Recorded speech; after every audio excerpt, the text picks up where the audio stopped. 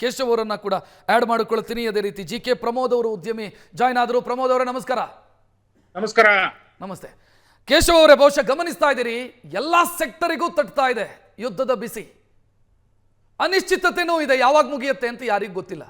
Auto ಮಾಲಕರೊಬ್ಬರು ತಮ್ಮ ಸಮಸ್ಯೆಯನ್ನು ಹೇಳ್ಕೊಂಡಿದ್ದನ್ನು ನೋಡಿದ್ರಿ ತಾವು, ಏನು ಹೇಳ್ತೀರಿ? ದುರದೃಷ್ಟವಶಾತ್ ಬಟ್ ಏನು ಅಂದ್ರೆ ಭಾರತದ ಕೈಯಲ್ಲಿ ಇಲ್ಲ ಅನ್ನುವಂಥದ್ದು ಸತ್ಯ. ಎಲ್ಲ ಪ್ರಯತ್ನ ಮಾಡ್ತಾ ಇದೆ ಕೇಂದ್ರ ಸರ್ಕಾರ. ಈಗ ನಾವು ಮಿಡ್ಲ್ ಈಸ್ಟ್ ಮೇಲೆ ಏನು 17% ನಮ್ದು ಎಕ್ಸ್ಪೋರ್ಟ್ ಡಿಪೆಂಡ್ ಆಗಿತ್ತು, 55% ನಮ್ದು ಕ್ರೂಡ್ ಆಯಿಲ್ ಮೇಲೆ ಡಿಪೆಂಡ್ ಆಗಿದ್ದೀವಿ, 38% ನಮ್ಮ ರೆಮಿಟೆನ್ಸಸ್ ಅಲ್ಲಿಂದ ಬರುತ್ತೆ. ಸೊ ಈ ಎಲ್ಲ ಕಾರಣಗಳಿಗಾಗಿ ಏನಾಗಿದೆ, ಒಂದು ಕಡೆ ಸಪ್ಲೈ ಡ್ರಿವನ್ ಪ್ರಾಬ್ಲಮ್ಸು, ಇನ್ನೊಂದು ಕಡೆ ಡಿಮ್ಯಾಂಡ್ ಡ್ರಿವನ್ ಪ್ರಾಬ್ಲಮ್ಸು, ಎರಡೂ ಒಟ್ಟಿಗೆ ಆದಾಗ ಆರ್ಥಿಕತೆಯಲ್ಲಿ ಈ ರೀತಿಯಲ್ಲಿ ಆಗುತ್ತೆ. ಒಂದು, ನಮ್ಗೆ ಬೇಕಾದಷ್ಟು ಸಪ್ಲೈ ಸಿಗದೇ ಇದ್ದಾಗ ಸಹಜವಾಗಿ, ಈಗ ಆಟೋ ಚಾಲಕರ ಸಂಘದ ಅಧ್ಯಕ್ಷರು ಹೇಳ್ತಿದ್ರು, ಆ ತರದ ಸಮಸ್ಯೆಗಳು ಸಹಜವಾಗಿ ಆಗುತ್ತೆ. ಅದೇ ರೀತಿಯಲ್ಲಿ ನೀವು ಜನಸಾಮಾನ್ಯರನ್ನ ಕೇಳಿ, ಅಲ್ಲಿಯೂ ಸಮಸ್ಯೆಗಳು ನಿಮ್ಗೆ ಒಂದೊಂದೇ ಕ್ರಾಪ್ ಅಪ್ ಆಗ್ತಾ ಇರೋದನ್ನ ಕಾಣಿಸ್ಕೊಳ್ತಾ ಇದೀವಿ. ಈಗ ಕೇಂದ್ರ ಸರ್ಕಾರ ಕೂಡ ಏನೋ, ಈಗ ಮೊದಲು ನಾವು ಕೇವಲ ಒಂದು 6-7 ಡೆಸ್ಟಿನೇಷನ್ ಇಂದ ತಗೊಳ್ತಾ ಇದ್ವಿ, ಈಗ 41 ಡೆಸ್ಟಿನೇಷನ್ ಗಳಿಂದ ನಾವು ಗ್ಯಾಸ್ನ, ಪೆಟ್ರೋಲ್, ಡೀಸೆಲ್ ನ ತರಿಸ್ತಾ ಇದೀವಿ ಅಂತ ಕೂಡ ಹೇಳ್ತಾ ಇದೆ. ಸೊ ಏನಂದ್ರೆ, ಒಂದಷ್ಟು ಯಾರು ಎಕ್ಸ್ಪೆಕ್ಟ್ ಮಾಡಿಲ್ಲ ಈ ಯುದ್ಧ ಇಷ್ಟೊಂದು ಸುದೀರ್ಘ ಕಾಲಕ್ಕೆ ನಡೆಯುತ್ತೆ ಅಂತ ಎಕ್ಸ್ಪೆಕ್ಟ್ ಮಾಡಿಲ್ಲ. ಈವನ್ ಅಮೆರಿಕ ಎಕ್ಸ್ಪೆಕ್ಟ್ ಮಾಡಿಲ್ಲ. ಈಗ ಅಂತ ಸ್ಥಿತಿಯಲ್ಲಿ ಏನಾಗುತ್ತೆ, ಸ್ವಲ್ಪ ದಿನಗಳ ಕಾಲ ಈ ಸಪ್ಲೈ ಚೈನ್ ಎಲ್ಲಿವರೆಗೂ ಸರಿ ಹೋಗಲ್ಲ ಅಲ್ಲಿವರೆಗೂ ಒಂದಷ್ಟು ದಿನ ಈ ಸಂಕಷ್ಟಗಳು ಇರೋದೇನೆ.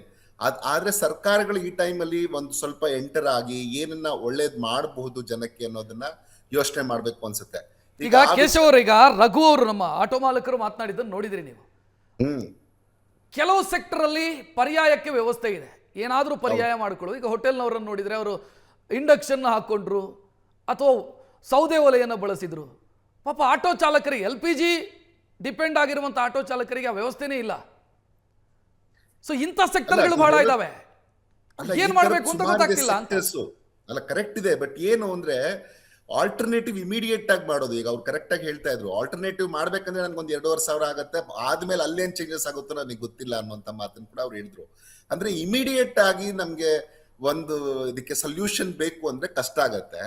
ಸೊ ಹಂಗಾಗಿನೇ ಇವಾಗ ನೋಡಿ, ನಾನ್ ನಿಮ್ಗೆ ಗಮನಕ್ಕೆ ತರಬೇಕು, ಕೇಂದ್ರ ಸರ್ಕಾರ ನಿನ್ನೆ 40 ಪೆಟ್ರೋ ಪ್ರಾಡಕ್ಟ್ಸ್ ಮೇಲೆ ಬೆಲೆಗಳನ್ನ, ಕಸ್ಟಮ್ ಡ್ಯೂಟಿಯನ್ನ 3 ತಿಂಗಳವರೆಗೂ ತೆಗೆದು ಹಾಕಿದ್ದಾರೆ. ಸೊ ಈ ತರದ ಕ್ರಮಗಳನ್ನ ಬಹುಶಃ ರಾಜ್ಯ ಸರ್ಕಾರಗಳನ್ನು ಏನಾದ್ರೂ ಮಾಡಿ, ಈ ಕೇಂದ್ರ ಸರ್ಕಾರ ಹಂಚುವುದನ್ನ ಪ್ರತಿ ಜಿಲ್ಲೆಗೆ ಇಷ್ಟು ಅಂತ ಹಂಚುವಂಥದ್ದು, ಅಥವಾ ಇಲ್ಲಿ ಈ ಬಂಕಲ್ಲಿ ಇಷ್ಟು ಇದೆ ಅನ್ನೋದನ್ನ ಗಮನಕ್ಕೆ ತರುವಂತೆ ಡಿಸ್ಪ್ಲೇ ಮಾಡೋದು. ಯಾಕಂದ್ರೆ ಕಾಳಸಂತೆಯಲ್ಲಿ ಯಾವುದೇ ರೀತಿಲಿ ಇವು ಯಾವ್ದು ಸಿಗದ ಹಾಗೆ ನೋಡ್ಕೊಳ್ಳುವಂಥದ್ದು ಏನಾದ್ರೂ ಮಾಡ್ಲಿಕ್ಕೆ ಸಾಧ್ಯ ಆಗತ್ತಾ ಅನ್ನುವಂಥದ್ದನ್ನ ಮಾಡ್ಬೋದು ಅಂತ ಕಾಣುತ್ತೆ. ಈಗ ನೋಡಿ, ಪೆಟ್ರೋಕೆಮಿಕಲ್ ಫೀಡ್ ಸ್ಟಾಕ್ ಇರ್ಬೋದು, ಇಲ್ಲ ಪ್ಲಾಸ್ಟಿಕ್, ಪ್ಯಾಕೇಜಿಂಗು, ಟೆಕ್ಸ್ಟೈಲ್ಸು, ಇವನ್ ಮಾತ್ರೆಗಳು, ಫಾರ್ಮಾಸ್ಯೂಟಿಕಲ್ಸು, ಕೆಮಿಕಲ್ಸು, ಈ ತರ ಮತ್ತೆ ಆಟೋಮೇಟಿವ್ ಕಾಂಪೋನೆಂಟ್ಸ್, ಇವಕ್ಕೆಲ್ಲವೂ ಮತ್ತೆ ಮ್ಯಾನುಫ್ಯಾಕ್ಚರಿಂಗ್ ಸೆಗ್ಮೆಂಟ್ಸ್ ಅಲ್ಲಿ ಇದಾವೆ, ಅವಕ್ಕೆಲ್ಲವೂ ಈ ಕಸ್ಟಮ್ ಡ್ಯೂಟಿನ ಕಡಿಮೆ ಮಾಡಿದ್ದಾರೆ. ಆ ತರನೇ ಎಲ್ಲ ಇವನ್ ರಾಜ್ಯ ಸರ್ಕಾರನು ಒಂದು ಕೈ ಜೋಡಿಸಿ ಇದರಲ್ಲಿ ಏನು what best they can do ಅನ್ನೋದನ್ನ ಅವರು ಯೋಚನೆ ಮಾಡ್ಬೇಕು ಅಂತ ನನ್ಗನ್ಸುತ್ತೆ. ಕೇಶವ್ ಅವರೇ, ಹಾಗೇ ರೀ, ನಾನು ಮಾತನಾಡಿಸ್ತೀನಿ. ನಾನು ಪ್ರಮೋದ್ ಅವರನ್ನ ಕೂಡ ಮಾತನಾಡಿಸ್ಬೇಕು. ಪ್ರಮೋದ್ ಅವರೇ, ತಾವು ಹಲವು ಉದ್ಯಮಗಳನ್ನು ನಡೆಸ್ತೀರಿ, ಬೇಕರಿ, ಹೋಟೆಲು, ಅಂದ್ರೆ ಎಲ್ಲಾ ಕಡೆಯ ಪರಿಸ್ಥಿತಿ ಏನು ಅನ್ನೋದು ತಮಗೆ ಗೊತ್ತಿದೆ. ಮಾರ್ಚ್ 2ನೇ ವಾರದಲ್ಲಿ ನಾವು ಮಾತನಾಡಿದ್ವಿ, ಪರಿಸ್ಥಿತಿ ವರ್ಸ್ಟ್ ಇತ್ತು, ಪರಿಸ್ಥಿತಿ ಇನ್ನಷ್ಟು ವಿಕೋಪಕ್ಕೆ ಹೋಗೋ ಮುನ್ಸೂಚನೆ ಕಾಣ್ತಾ ಇತ್ತು. ಬೆಟರ್ ಆಗಿದೆಯಾ ಅಥವಾ ಇನ್ನಷ್ಟು ವರ್ಸ್ಟ್ ಆಗಿದೆಯಾ? ಇದು ಹೇಳಬೇಕು ಅಂದ್ರೆ, ಹೋಟೆಲ್ ಉದ್ಯಮಕ್ಕೆ ಸಂಬಂಧಪಟ್ಟ ಹೇಳೋದಂದ್ರೆ, ಆಲ್ಟರ್ನೇಟಿವ್ ಹೋಟೆಲ್ ಉದ್ಯಮ ಕಂಡುಕೊಂಡಿದೆ. ಸೌದೆ ಒಲೆಯಲ್ಲಿ ಅಡಿಗೆ ಮಾಡ್ತಾ ಇದ್ದಾರೆ, ಇಂಡಕ್ಷನ್ ಕಾಯಿಲ್ಗಳಲ್ಲಿ ಅಡಿಗೆ ಮಾಡ್ತಿದ್ದಾರೆ. ಆಲ್ಟರ್ನೇಟಿವ್ ಒಂದು ಮಟ್ಟಕ್ಕೆ ಹೋಟೆಲ್ ಉದ್ಯಮದಲ್ಲಿ ಬಂದಿದೆ. ಆದ್ರೆ ಆಟೋ ಸಂಘದ ಅಧ್ಯಕ್ಷರು ಹೇಳಿದ ಸಮಸ್ಯೆ ನಿಜವಾಗ್ಲೂ ಅದು ನಿಜವಾದ, ಯಾಕಂದ್ರೆ ಅಲ್ಲಿ ಆಟೋ ಚಾಲಕರಿಗೆ ದಿನನಿತ್ಯ ವಹಿವಾಟಿನಿಂದ ನಡೆಯುವಂತಹದಲ್ಲೇ ಜೀವನ ನಡಿಬೇಕಾಗ್ತದೆ. ಡೈಲಿ ಏನ್ ಅರ್ನ್ ಮಾಡ್ತಾರೆ ಅದರಿಂದನೇ ಜೀವನ ನಡಿಬೇಕಾಗುತ್ತೆ. ಹೌದು, ಕರೆಕ್ಟ್. ಆದ್ರೆ ಅವ್ರಿಗೆ ಆಲ್ಟರ್ನೇಟಿವ್ ನ ಅಷ್ಟು ಬೇಗ ಹುಡುಕೊಳ್ಳಿಕ್ಕೆ ನಿಜವಾದ ಚಾಲೆಂಜ್ ಸಹ ಅದರಲ್ಲಿ ಕಂಡು ಬರುತ್ತೆ. ಅವ್ರು ಹೇಳೋದ್ರಲ್ಲಿ ಸತ್ಯಾಂಶ ಬಹಳ ಇದೆ. ಆದ್ರೆ ರಿಲೇಟಿವ್ ಕಂಪ್ಯಾರಿಸನ್ ತಗೊಂಡಾಗ ಬೇರೆ ದೇಶಗಳಿಗೆ ಭಾರತ ದೇಶವನ್ನ ಹೋಲಿಸಿದಾಗ ನಮ್ಮ ತಯಾರಿ ಚೆನ್ನಾಗಿದೆ, ನಮ್ಮಲ್ಲಿರುವಂತಹ ರಿಸರ್ವ್ಸ್ ಇರ್ಬೋದು, ನಮಗಿರುವಂತಹ ಸಪ್ಲೈ ಇರ್ಬೋದು, ರಿಲೇಟಿವ್ ಕಂಪ್ಯಾರಿಸನ್ ಮಾಡಿದಾಗ ಅದರ ತಯಾರಿ ಚೆನ್ನಾಗಿದೆ ಅಂತ ನನಗನ್ಸುತ್ತೆ. ಹ್ಮ್ ಹ್ಮ್ ಹ್ಮ್ ಅಂದ್ರೆ are we better than other countries? Yes, definitely they are better than other country. Hmm but ಪರ್ಯಾಯೋತ್ಸವವಾಗಿ ಇವಾಗ ಆಟೋ ಚಾಲಕರಿಗೆ ಏನ್ ಮಾಡಬಹುದು ಅಂತಂದ್ರೆ, ಆಟೋ ಓಡಿಸ್ಲಿಕ್ಕೆ ಬೇರೆ ಕೊಡಕ್ಕಾಗದೆ ಹೋದ್ರು ಹ್ಮ್ ಅವ್ರಿಗೆ ಬೇರೆ ಕೆಲಸವನ್ನೇನಾದ್ರೂ ಸರ್ಕಾರ ಕೊಡಬಹುದಾ? Can we use the same resource? ಅದೇ ರಿಸೋರ್ಸ್ ನ ನಾವು ಬೇರೆ ಕೆಲಸಕ್ಕೆ ಬಟ್ ಪಾಸಿಬಲ್ ಅಂತ ಅನ್ಸತ್ತಾ ಸರ್? ಈಗ ನಮ್ಮ ಜೊತೆಗೆ ರಘು ಅವರಿದ್ದಾರೆ, 14 ವರ್ಷದಿಂದ ಆಟೋ ಓಡಿಸ್ತಾ ಇದ್ದಾರೆ. ಅದು ಬಿಟ್ಟು ಅವರಿಗೆ ಬೇರೆ ಕೆಲಸ ಮಾಡಿ ಅಂತ ಹೇಳಿದ್ರೆ ಸಾಧ್ಯನಾ? ಅವರು 14 ವರ್ಷದಿಂದ ಆಟೋ ಓಡಿಸ್ತಿದ್ದಾರೆ.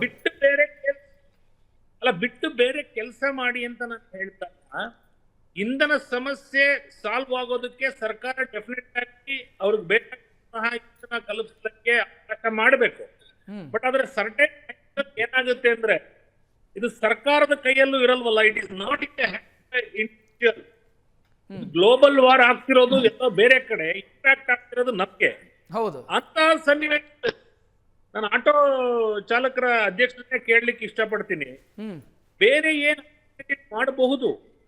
ಸರ್ಕಾರದ ಮೇಲೆ ಪ್ರೆಷರ್ ಹಾಕೋದು ಒಂದು ಹೌದು, ಬಟ್ ಸರ್ಕಾರವೇ ಇದಕ್ಕೆ ಉತ್ತರ ಆಗೋದಿಲ್ಲ. ಬಿಕಾಸ್ ಸರ್ಕಾರ is not responsible for the war happening.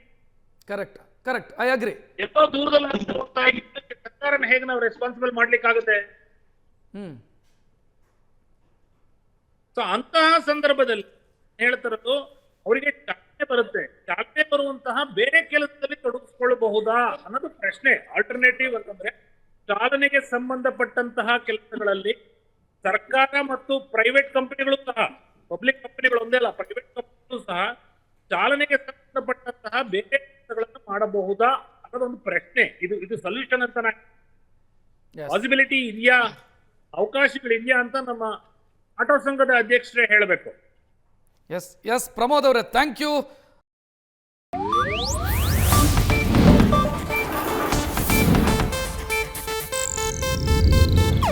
ಇದು ಏಷ್ಯಾನೆಟ್ ನ್ಯೂಸ್ ನೆಟ್ವರ್ಕ್ ಪ್ರಸ್ತುತಿ.